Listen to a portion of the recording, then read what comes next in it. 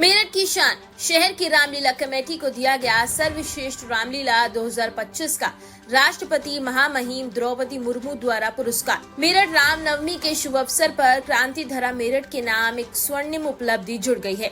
मेरठ शहर की सुप्रसिद्ध रामलीला कमेटी को महामहिम राष्ट्रपति द्वारा बेस्ट रामलीला पुरस्कार से सम्मानित किया गया। यह पुरस्कार कमेटी के कुशल प्रबंधन, भव्य मंचन और वर्षों से चली आ रही सांस्कृतिक शुद्धता को देखते हुए प्रदान किया गया है। एक ओर जहां रामनवमी के उपलक्ष्य में शहर भर में रामायण पाठ और भव्य आयोजनों की धूम है, वहीं इस राष्ट्रीय सम्मान की खबर ने स्थानीय नागरिकों के उत्साह को 7वें आसमान पर पहुंचा दिया।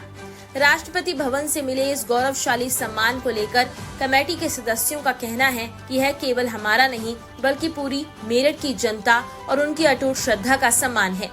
यह उपलब्धि दर्शाती है कि मेरठ ने अपनी परंपराओं को न केवल जीवित रखा है बल्कि उन्हें आधुनिकता के साथ जोड़कर राष्ट्रीय स्तर पर अपनी विशिष्ट पहचान भी बनाई है। अगर हम बात करें चैत्र नवरात्र 2025 की और अब आ गया 2026 चैत्र नवरात्र भी आ गए, इस पूरे एक साल के अंदर मेरठ के अंदर ऐसी घटनाएं घटी कि मेरठ का नाम इतिहास में दर्ज हो गया। नंबर 1 की मैं अगर बात करूं तो मेरठ में रैपिड रेल चालू हुई। प्रधानमंत्री नरेंद्र मोदी आए, मेरठ मेट्रो का उद्घाटन उन्होंने उसमें खुद बैठकर सफर करके किया।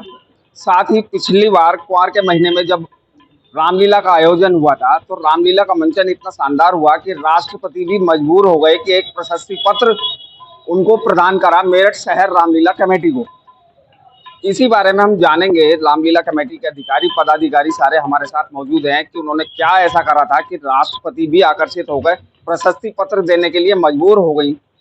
उन्हीं से जानेंगे इसके बारे में। सबसे पहले अपना नाम बताएं और बताएं कि आपने ऐसा क्या करा था पिछली बार रामलीला में कि राष्ट्रपति जो भारत के राष्ट्रपति हैं उन्होंने जो है आपको प्रशस्ति पत्र शहर रामलीला कमेटी को देने के लिए वो मजबूर हो गए।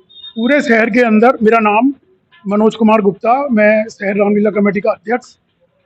और ये जो राष्ट्रपति जी के यहाँ से पत्र आया है हमारे पास, ये राष्ट्रपति जी के द्वारा पूरे देश के अंदर एक सर्वे करा जाता है।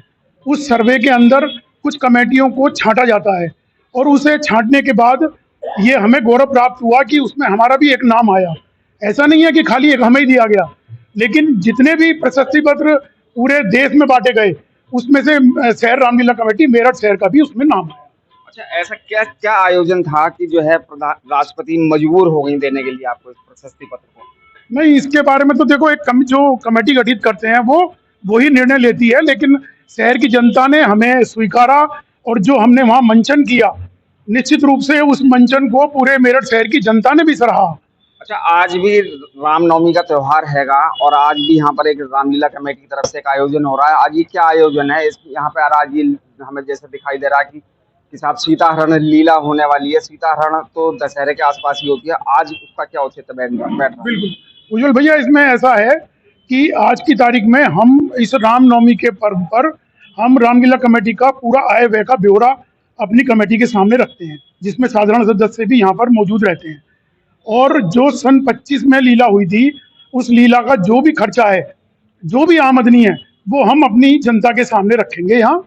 और अगली जो रामलीला है उसकी तैयारियों के विषय में हम यहाँ से स्टार्टिंग करते हैं और हमारा प्रयास रहता है कि अगली रामलीला जो पिछली रामलीला हमने की थी उसमें अगर हमारे कुछ विषय छूट गए या कहीं कोई कमी किसी प्रकार की हुई तो हम उस कमी को किस प्रकार दूर कर सकते हैं, उस प्रयास को करने के लिए हमने आज ये यहाँ पर सीताहरण की लीला का मंचन किया कि हमारे दिमाग में कुछ ऐसी चीजें थी कि हमें उस चीज में हमें लगा कि हम कम उससे अपनी मंडली से कहते हैं कि भैया हमें ये चीज थोड़ा तुम्हारी हमें मतलब अपील नहीं करी, तो उन्होंने कहा कि हमसे आप एक ऑडिशन ले लीजिए।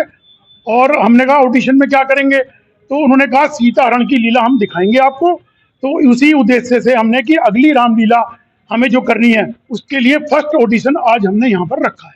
और लोगों के और भी जो है कमेटी जो मंडलियां हैं उनके भी ऑडिशन होने हैं क्या? अगर ये कमेटी हमें उस ऑडिशन में हमारे ऑडिशन में ये सक्सेस नहीं होती या हमारी निगाह में ये पास नहीं होती, तब हम दूसरा ऑडिशन लेंगे। ये हमारे साथ मौजूद थे शहर रामलीला कमेटी के अध्यक्ष मनोज अग्रवाल जी।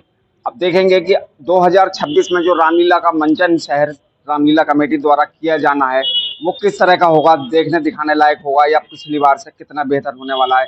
अपने सहयोगी धर्मेंद्र के साथ उज्जवल रस्तोगी, वेलकम इंडिया न्यूज में। और लेटेस्ट अपडेट के लिए सब्सक्राइब करें वेलकम इंडिया न्यूज चैनल।